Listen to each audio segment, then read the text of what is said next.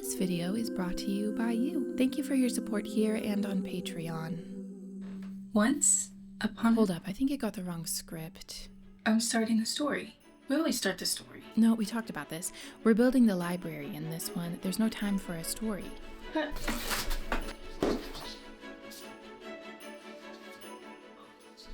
Yeah, one sec. The video you're about to watch all started with a basket, a bit of nostalgia, and some cozy holiday magic. A recipe for success, if you ask me. I'll say. If you're watching this video, then it's likely that you like books. In which case, you may be familiar with the book If You Give a Mouse a Cookie. We kinda got that sort of scenario on our hands here. Growing up, we had this big basket that my mom would fill with all our holiday picture books. And I was thinking about that basket the other day and how perhaps I should make my own basket of cute picture books. And when I considered buying a basket, I thought about creating a little reading corner. And you know what? If I'm gonna create a reading corner, why not build an entire bookshelf? And so of course that's where my husband enters the story. I don't get along well with power tools. I told him all my hopes and dreams, and he told me they were too expensive and complicated. That's a load-bearing wall. So we simplified them, and he made up some beautiful bookshelf plans and got to work. Do you need me to hold it? Does it need to be all the way to the right? Is it not? No. Blood? Yes, finger. That drew blood? What are you talking about? The outlet. Oh! Going out. Going out. Okay. I'm gonna put that much weight. Okay, let me get a stance. Nice veggie. Thank you.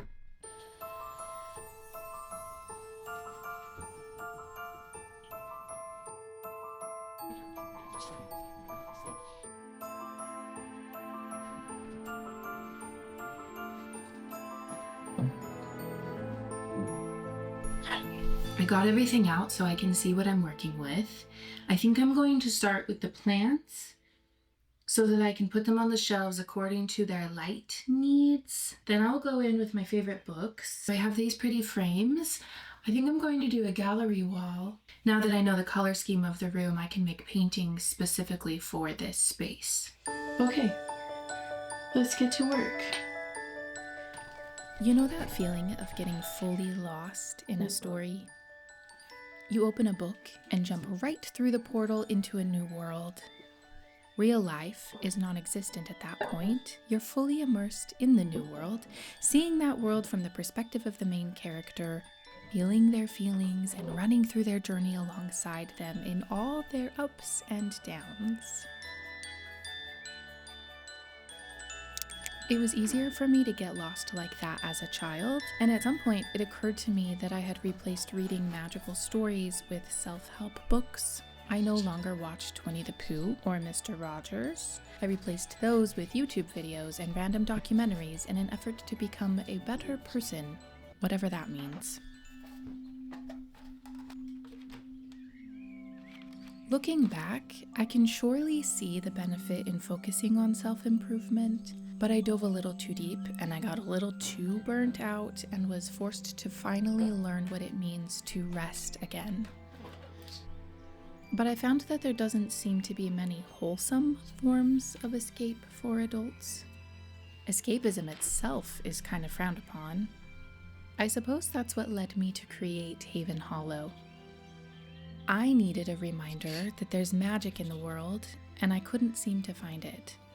So I started filming these videos and telling you all my little fairy stories and crafting this magical world.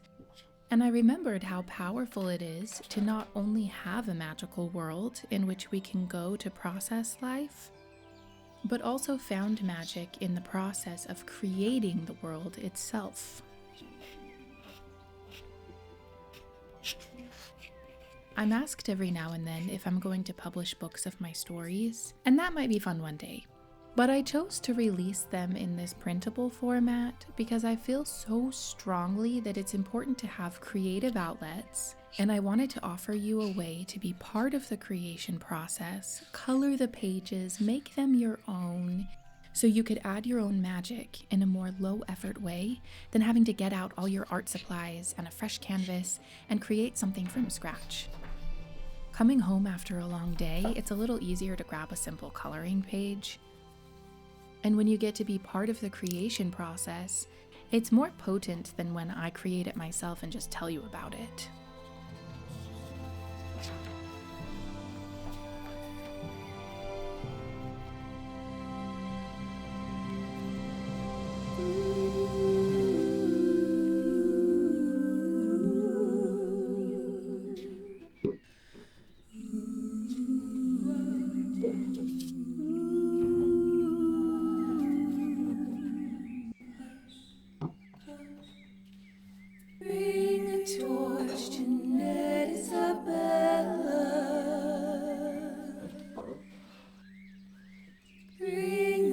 This was my grandma's book. She was an annotating girl, okay? Don't ask me what the system was, but it was a little bit chaotic. But now if I read the books that I have from her like this, it's like I get to read them with her, with all of her little notes.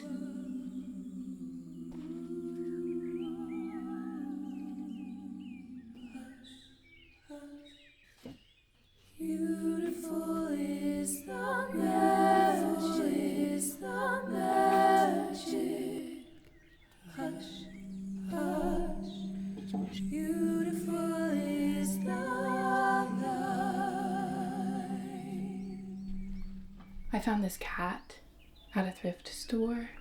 You know when you're thrift shopping and you're walking through the aisle and then you see something from afar and you're like, but then you have to like kind of pick up your pace a little bit because you're looking around because it's a thrift store and there's only one of everything, and so if somebody else gets it before you, then you never get to see it again.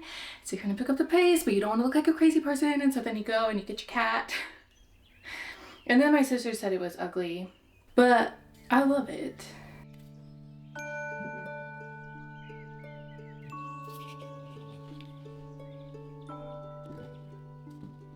I totally understand how a concept like escapism can be detrimental, of course.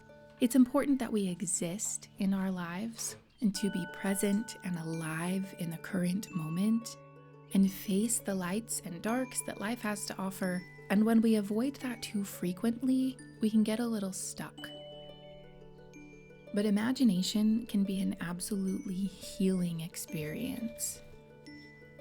Allowing magic into a world gives us an opportunity to see life from a different perspective, and it opens that part of our minds that's capable of hoping for something better and believing that better is possible.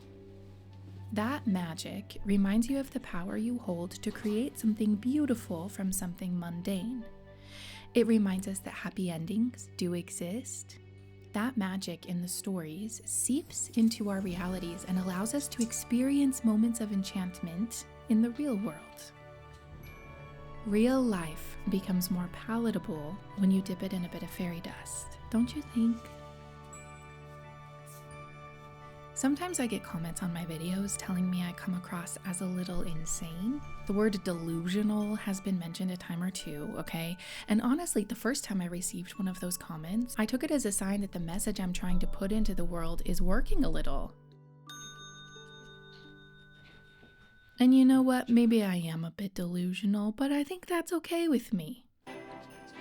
If we can't appreciate the whimsy of a story, then how do we notice the magic that leaves those little glistens in our real lives? Sometimes all it takes is a little bit of whimsy to light that spark that we've been needing.